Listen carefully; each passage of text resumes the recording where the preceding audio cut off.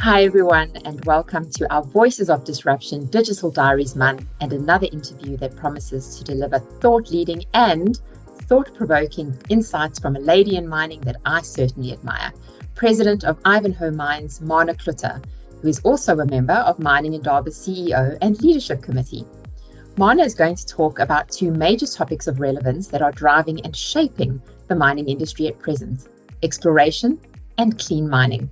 Marna, as always, such a pleasure to talk to you. Great being with you, Laura, and good seeing you again. Fantastic. So, Marna, the first session on our Disruptive Discussions main stage will examine why exploration pipelines in Africa are so empty. Ivanhoes Mines, and yourself in particular, are strong ambassadors for active exploration in Africa. What do you believe is necessary to disrupt the current lack of exploration activity on the continent? So I think there's multiple aspects that play into the lack of exploration on the continent. First of all, I think we've been lagging behind in exploration for years, and the industry is trying to catch up. And the larger organizations need to get their heads around doing business in Africa. And there, I think, it's a question of becoming a bit more risk friendly, so a bit more risk on. And also allocating larger budgets to exploration. I think we're all just trying to keep our heads above water. There's a lot of things happening in the world. The war in Russia and Ukraine definitely disrupted everything. Now we see what's happening in Israel. So people are trying to keep business a steady state, and exploration is seen as a nice to have. But in the bigger picture, when we look at the pathway to net zero, exploration is a must, so that we can find these metals that we would need for the energy transition. So we will need to become ambassadors for Africa. We will need to educate people on how to do business in Africa. And we will need to pound the drum, because this is where the metals will be. I mean, a lot of the other continents have already been explored, and Africa definitely has a rich endowment of minerals waiting to be discovered. Absolutely. And I couldn't agree with you more. Not so much a nice to have, right, if we're looking at it from a bigger context and the longer term. But Marna, despite the general lack of exploration, and you've clearly outlined the reasons for this, Ivanhoes Mines, obviously, and has particularly bucked that trend in the DRC. Your exploration has been quite significant. Why has Ivanhoes Mines been willing to do what so many others haven't at the moment? We're quite fortunate. We were seen as this little junior. We started off with 10 people, and today we have 20,000 people. And a lot of it we can attribute to Robert Friedland. So he's been very successful across the globe in exploration. He's found a number of tier one discoveries, and he had the vision to come to Africa and do exploration. And I still remember when I joined him 17 years ago, we were sitting in a small little office here. We picked up a couple of licenses, and we just kept going at it. It's easy now to talk about it, because now we have the success to show for it. But he had the vision to start back then, so that we could bring these projects online. And it takes time to find these tier one assets. It takes time to understand the geology.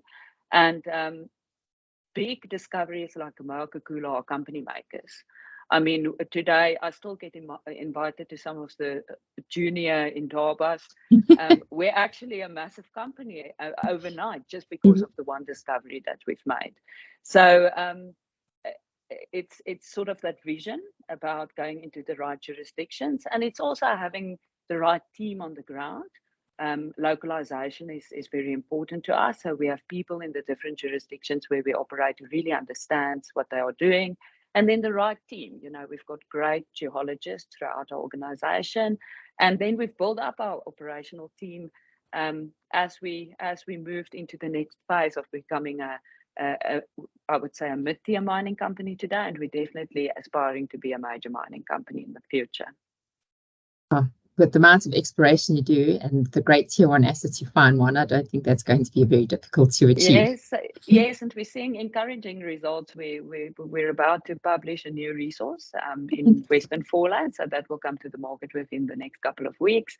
And there's some very interesting drill holes we are seeing that we will also put out to the market in short order. So it's very exciting. it's definitely time for everybody to come to explore in Africa. I do love that message so much, Marna, and under the great visionary leadership of Robert Friedland, who I know we will welcome at Mining Indaba 24 as well. So you mentioned Kamoa-Kakula, and I do want to touch on the operation a little bit more specifically, because this operation is an example of positive disruption in itself. I know you recently revealed that the whole Kamoa-Kakula copper complex is the world's leading low carbon copper producer. So Marna, how did the operation achieve this feat? And was it easier because the operation is relatively new and was built with a green footprint in mind? So to answer sort of the last question first, I think it is easier because you are designing mines in a modern age where these things are important. So when we designed our smelter, for example, you design it with compliance in mind. But we are really blessed with the ore body. So it's really attributable to the grade of the ore body. In 2022, we mined at an average grade of 5.5%. The industry average is 0.6%. Yeah. So you're mining a much higher grade ore body. And then also Congo is driven by hydropower. So it's not coal power that you get into the grid. So that also contributed significantly to the outcome of the study. So the location played a big role, the ore body played a big role, design criteria too. We are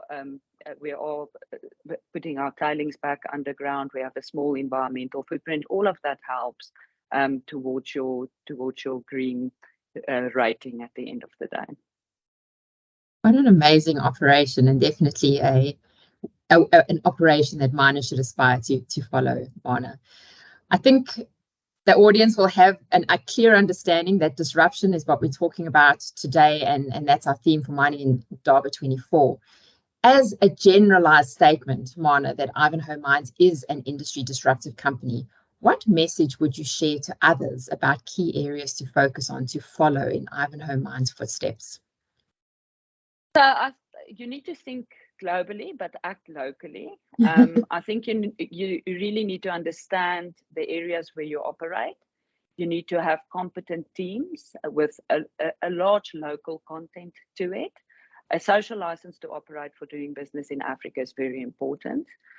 So approaching things with a bit of a different mindset, not just the technical aspects, but also the softer human side of the business is very important where we operate. So we do a lot of work around social investment, but it's about taking risks, understanding the countries where you go into, and then surrounding yourself with the best people you can find in those areas to achieve maximum results. The perfect combination, right? That gets you where Ivanhoe is. And I think that bit of risk is something the mining industry tends to shy away from at the moment, but educated risk is always going to be well worth it, and it was in Ivanhoe's case. Exactly.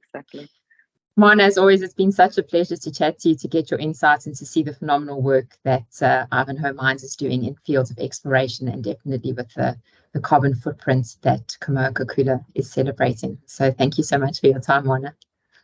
Thank you, Laura.